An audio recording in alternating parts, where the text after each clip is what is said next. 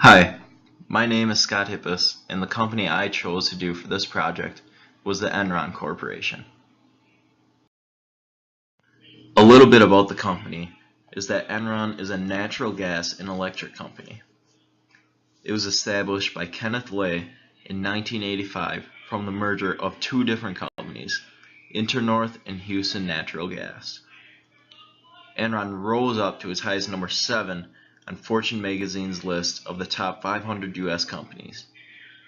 Enron employed over 21,000 people and posted revenue of $111 billion in the year 2000.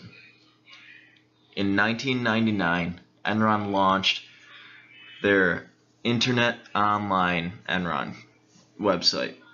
The company used this to trade commodities, and it soon became the largest business site in the world.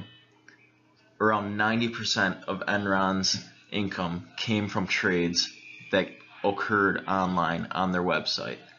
So that really shows how, even though they went bankrupt, they still tried to stay in with the technology and made an online site that really helped them out. Downfall. The main reason that forced Enron to go bankrupt was because they were using fraudulent financial reports since 1997. The firm's auditor announced that Enron overstated their profits by almost $600 million. After the statement was released, Enron's stock value decreased from $83.13 per share all the way down to 10 cents per share. Another reason for the bankruptcy was caused by poor performance of its investments in South America and India. This factored into declining performance of the internet market. Another cause for bankruptcy was from the resignation of CEO Jeffrey Skilling. With his resignation, this led to the U.S. Securities and Exchange to investigate Enron's financial performance. This all resulted in the Securities and Exchange Commission to force Enron to pay off its debts to stockholders immediately.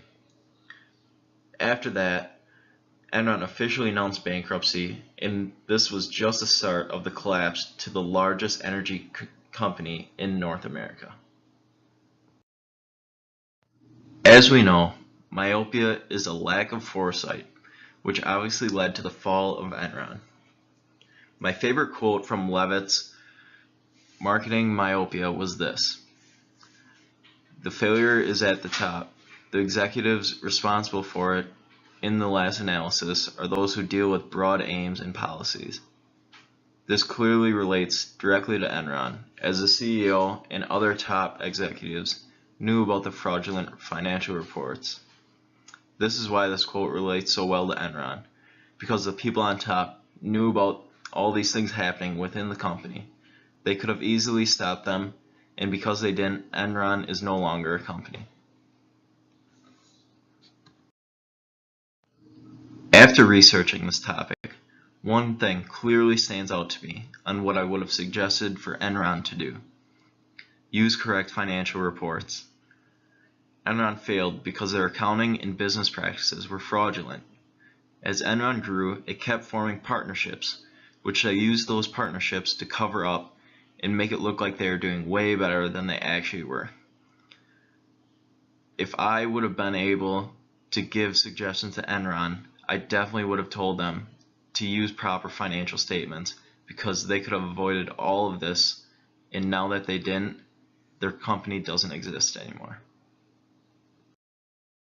As an overview, Enron was the largest natural gas and electric company in North America before its eventual huge collapse. The collapse was one of the biggest collapses that has ever happened to a business that big. After doing this project and researching about Enron, I really learned a lot about the rise and fall of Enron Corporation and how just some little things can make such a big effect on a business.